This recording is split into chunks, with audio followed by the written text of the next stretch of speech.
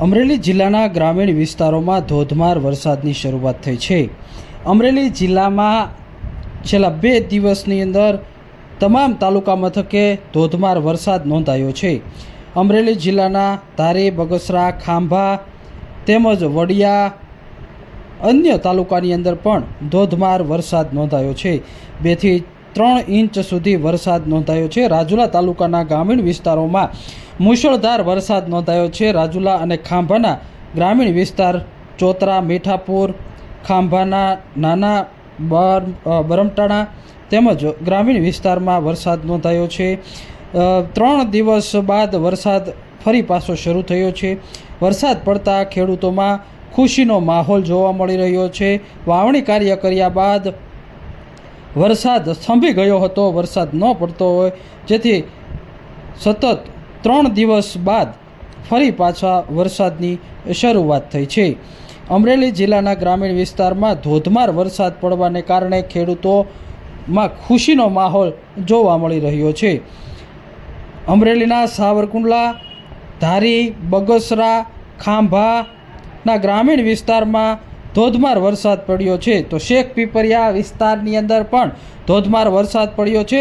લાઠી તાલુકાના શેખ પીપરિયા ગામમાં ધસમસતા પાણીના પ્રવાહ શેરીઓમાં ચાલ્યા હતા। શેખ પીપરિયા ગામની અંદર 3 થી 3.5 ઇંચ જેટલો વરસાદ પડ્યો હતો। વરસાદ પડવાને કારણે રોડ રસ્તા પાણીમાં ગરકાવ થયા હતા। તો સાથે જ લાઠી તાલુકાના ગ્રામીણ વિસ્તારોની અંદર આવેલા 15થી વધુ ચેકડેમ છલકાઈ ગયા છે।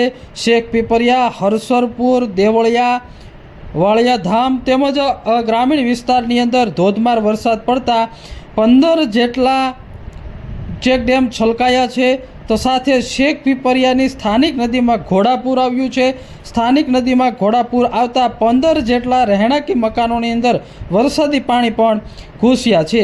તો બાબરા, લાઠી પંથકની અંદર પણ વરસાદ નોંધાયો છે।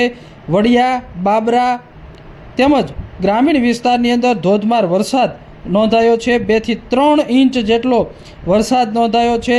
સાવરકુંડલા તાલુકાના ગ્રામીણ વિસ્તારની અંદર પણ વરસાદ પડ્યો છે।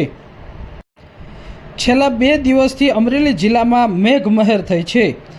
અમરેલી જિલ્લાના ગ્રામીણ વિસ્તારમાં ધોધમાર વરસાદ પડ્યા છે। ઘોડાપૂર આવ્યા છે। લાઠી, બાબરા, વડિયા તેમજ ગ્રામીણ વિસ્તારમાં વરસાદ પડતા ખેડૂતોમાં ખુશીનો માહોલ જોવા મળ્યો છે। તો વડિયા પંથકની અંદર આવેલા ગ્રામીણ વિસ્તારમાં વરસાદ પડતા શેરીઓમાં નદી જેવા દ્રશ્યો સર્જાયા છે। વડિયા તાલુકાના લુણીધાર ગામે ધોધમાર 3 ઇંચ વરસાદ નોંધાયો છે। જેથુડી, લુણીધાર, દેવગામ સહિતના ગ્રામીણ વિસ્તારમાં ધોધમાર વરસાદ પડ્યો છે।